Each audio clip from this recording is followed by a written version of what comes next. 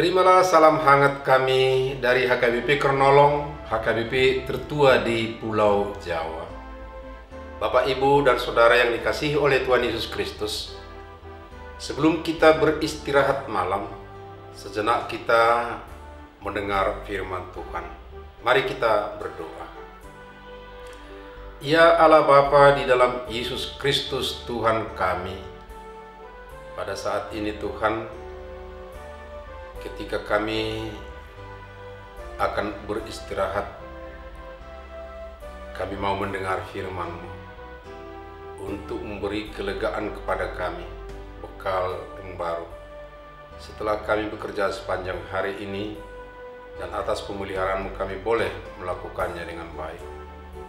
Berfirmanlah ya Tuhan, sebab kami ini anak-anak-Mu mendengar, dan biarlah Roh-Mu yang kudus senantiasa memberi kami hikmat, memberi kekuatan untuk melakukan kehendak-Mu.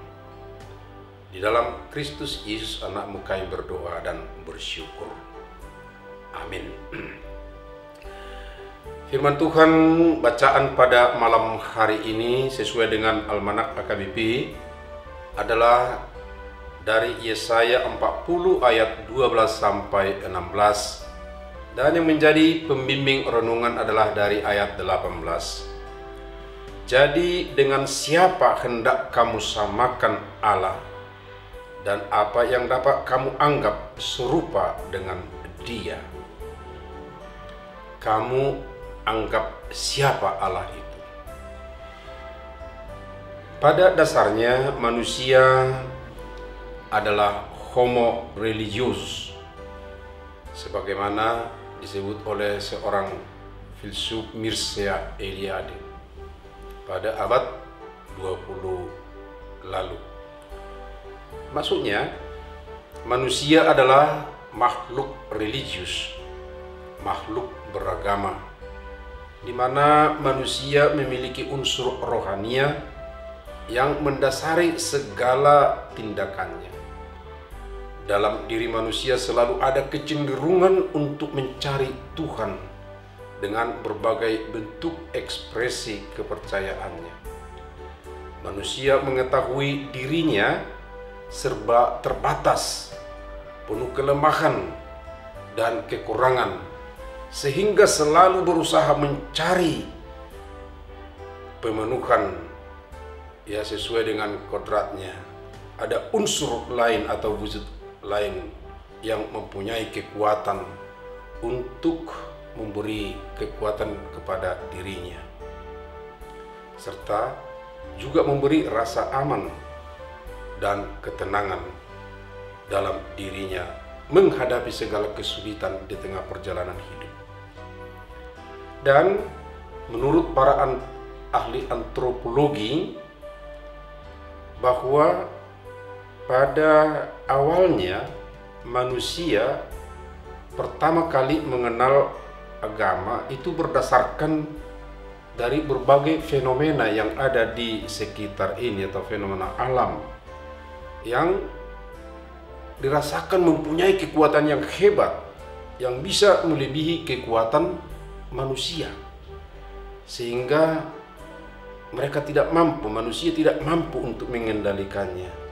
Dan oleh karenanya ada gerakan dari diri manusia itu untuk menempatkan kekuatan dari fenomena alam ini sebagai pemberi kekuatan kepada dirinya. Lalu muncul ada rasa penghormatan, pemujaan sedemikian rupa.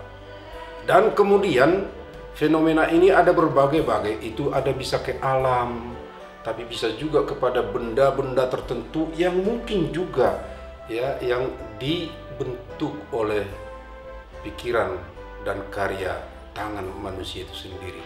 Tapi di situ dipahami ada kekuatan yang dapat memberikan kepada dirinya sendiri. Saudaraku, di zaman now, itu istilah kita sekarang, hal seperti itu pun tetap bisa kita lihat di dunia sekitar kita. Tidak sedikit orang mengarahkan pikirannya semua potensinya kepada fenomena alam, juga kepada teknologi modern, bahkan kepada hikmat manusia.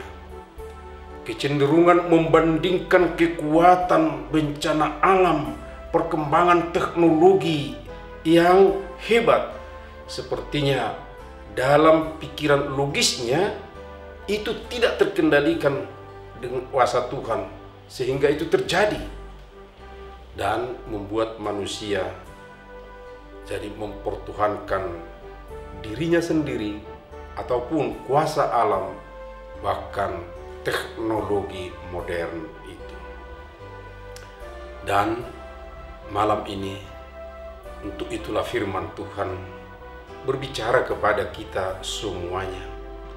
Jadi amat relevan bahwa pertama, manusia yang mengandalkan hikmat itu sekarang mau digugat oleh firman Tuhan bahwa hikmat Allah tidak bisa dibandingkan dengan hikmat manusia, karena manusia adalah bagian daripada ciptaan Tuhan.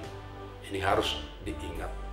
Manusia tidak bisa mengajari Allah, sebaliknya manusia harus bergantung sepenuhnya kepada wahyu Allah untuk mengerti diri Allah. Yang kedua, kebesaran Allah tidak bisa dibandingkan dengan luasnya bumi dan isinya, ataupun dengan keperkasaan bangsa-bangsa.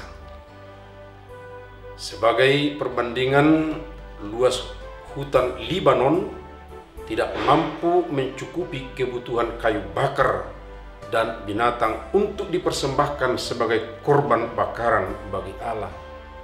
Allah tidak dapat dibandingkan dengan hal-hal itu. Jadi bagaimana mungkin manusia dapat membandingkan Allah dengan patung buatan tangan manusia atau dengan teknologi sedemikian rupa? Sikap seperti ini adalah sikap mengecilkan dan menghina, bahkan melawan Allah. Tuhan berbeda dengan Allah yang disebutkan oleh perspektif antropologi, bukan bentukan jiwa manusia yang mencari Allah, melainkan Dia adalah pencipta semuanya, Allah yang berdaulat penuh atas semua manusia serta ciptaan lainnya, sehingga tidak ada penguasa dunia yang bertahan di hadapannya.